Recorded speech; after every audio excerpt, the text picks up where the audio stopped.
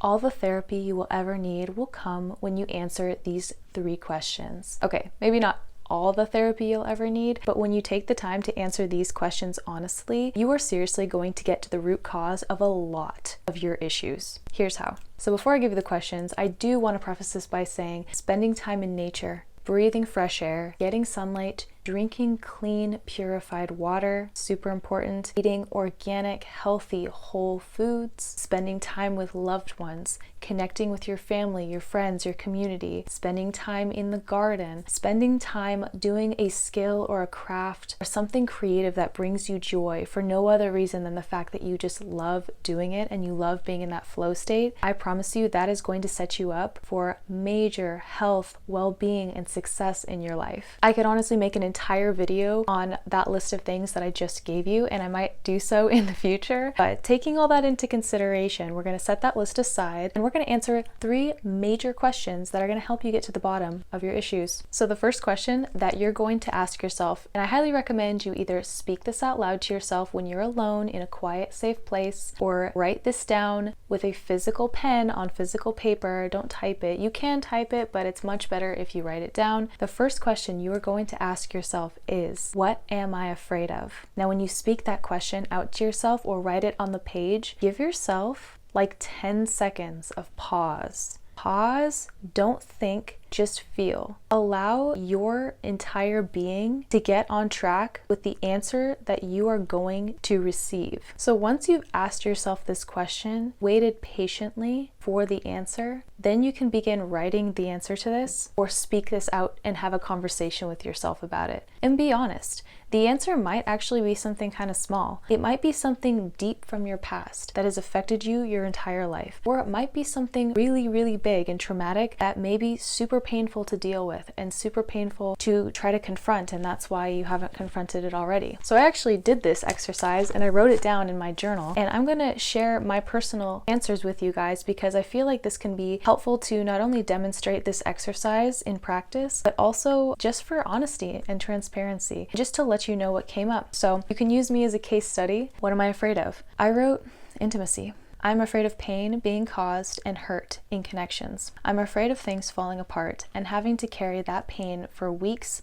months, or years down the line and having it affect me and others in current and future relationships. I'm afraid it will repeat the cycle again and I'll be a little worse off than the time before. I'll become more afraid of vulnerability and intimacy, more avoidant, more averse, and it will keep repeating. It's a deep fear that lingers in the back of my head and my heart space. The importance of understanding what you are afraid of helps you dive down to the root of the problem, because we as human beings make decisions, generally speaking, out of fear or love. We go towards pleasure and we like to go away from pain. So whatever you are afraid of, you can pinpoint what that is and see how that affects every choice you make in your life. Are you making a choice because you're trying to reach for pleasure, or are you making a choice because you're trying to run away from pain? For example, my fear of intimacy helps me now have more awareness of why I choose to be avoidant in certain connections and in certain ways of me connecting with people. So there's certain times where I like to have a lot more distance or space emotionally, and this comes from that fear of intimacy. So now having more awareness in that, it can help me be more conscious in my daily choices and interactions. This also acts as a roadmap for me to do further research, to understand and learn more about this and see if there's anything I can do to heal this in a healthy way and kind of work on that fear of intimacy and allowing more trust and more vulnerability to come in and basically allow me to have deeper and closer connections with people. Question number 2,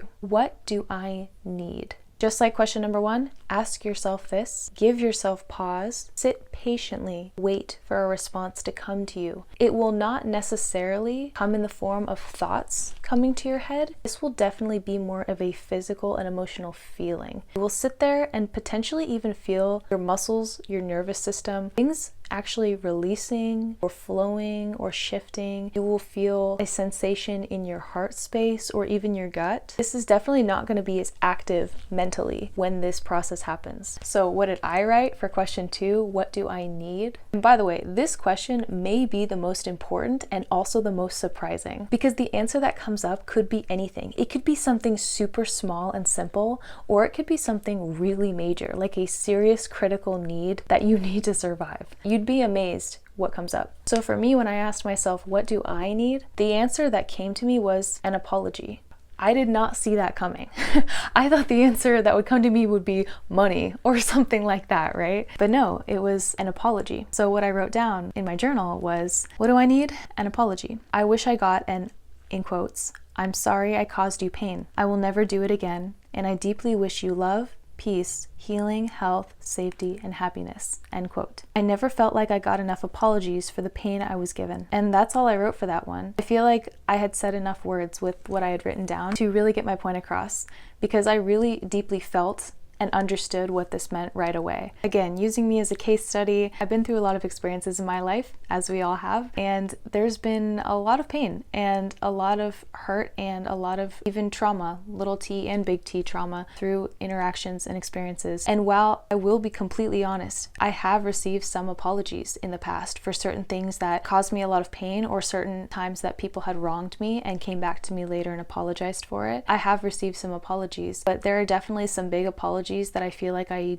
never really got. And I had to learn to pick up the pieces and heal and recover in my own way, on my own, and learn to forgive myself and someone else from afar, because I never got that apology. And I came to a place where I realized I may never ever get that apology. So I had to find a way to live with it and to move forward and to move on from it. So though I did definitely find a way to cope with this, I was very surprised when that answer came up in question number 2, what do I need? I thought it was going to be like, I need more physical affection, more hugs, for example. I need more finances to feel secure in my home life. These are all things that I consciously think of a lot, that I feel like I need a lot of in my life. And I often feel like I don't really have much of these things. So when my need for an apology came up, I was kind of taken aback. So yeah, look forward to question number 2, because that one is really interesting. And last but not least, the third question you should ask yourself is, do I need to forgive myself for anything? Now this one is interesting because there are only 2 categories in which you can really answer this question, and it's yes, there's something that I do need to forgive within myself, or no, me and myself are cool. And this question is also interesting. Really feel what comes up. Sometimes there are issues that we can personally solve, but we still seek for external validation or external solutions to solve these things. So again, using me as a case study, what I wrote for do I need to forgive myself for anything, I actually wrote yes. I forgive myself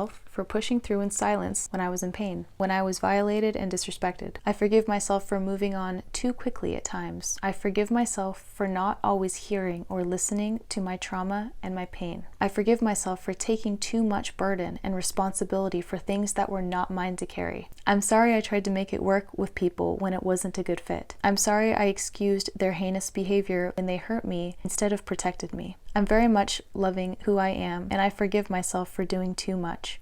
I wrote, I love my life. I cherish who I am. I feel seen and appreciated and heard. And I guess I felt that it was important to include that ending because I really am today in a great place with myself. I actually really, really love who I am, and I honestly love my life, and I love the people in my life, and I like my routines, and I love the journey that I'm on. I don't feel like I'm in the wrong place. I feel like I'm exactly where I'm supposed to be, and I'm exactly unfolding the way the universe wants me to unfold in this life. I also think this question, while it can be a really big one, is super important to confront, because as you heard, like, I did have to forgive myself for things. And even though I have done work to forgive myself through ways where I have been too hard on myself, forgiveness is one of those things that it's not a once you forgive, it's over. Sometimes, seriously, you have to forgive yourself repeatedly over time, multiple times, because depending on how deep the wound is internally, there could still be old triggers and old trauma that doesn't just get fixed when you forgive yourself one time. You have to show yourself and prove to your mind and your body that it's safe and that things are going to be different. And so those are the times when forgiving yourself is a repeated cycle, a repeated process, a repeated pattern that you have to do before it becomes automatic, before you trust yourself fully, before that becomes your new normal. Anybody that's dealt with abuse or trauma, whether it's growing up in your family or your household or through relationships with somebody you thought you could trust, whether that's a really close friend or whether that's a domestic partner of some kind, a boyfriend, a girlfriend, somebody that you trust with a lot of vulnerability and intimacy, anybody that's dealt with an abuser or trauma in that kind of away understands this, where you can be in a completely new environment or be away from that person and be with a completely other set of people that are safer for you, but there's still triggers and traumas that come up over time. So it's a repeated process of showing yourself you're safe now, telling yourself you're safe now, actually seeing the evidence that you are safe now. The same thing comes with forgiveness. So in this question, really be honest with yourself. If you feel like you've forgiven yourself for something in the past, still sit with that. Be patient, give yourself the space to let the answer come up, because there's a very real possibility that you might have to just forgive yourself again, and that's okay. There's no shame in that. It's actually part of it. It's a way that you continue to prove to yourself that you do love yourself and you do have your own back, and there doesn't need to be any guilt associated with forgiveness. So yeah, I hope you guys found these questions helpful. Seriously, if you answer these 3 questions, this is all the therapy you're gonna need for a little while. These 3 questions, though very short and simple, can really uproot a lot of deep internal stuff that you just need to get more awareness of. You know, sometimes life has a way of adding excess complexity to situations, but simplifying it down to just these really core basic questions is definitely gonna set you up and get you on the right track. So yeah, spend time in nature. Get sunlight, get fresh air, drink healthy, purified water, spend time with your loved ones, and try answering these questions at home and see what comes up. Also, definitely feel free to leave me comments. I am so curious to hear what your answers are. If you're open enough to share that, we can really get conversation going in the comments. I feel like this can really help just bring a lot more transparency, vulnerability, safety to these kinds of conversations, because we're no longer in an emotional dark age, and we should fearlessly and compassionately have these conversations more. So hope you guys enjoyed this video. I hope you have a wonderful day, an excellent week ahead, and remember to stay grounded, my friends.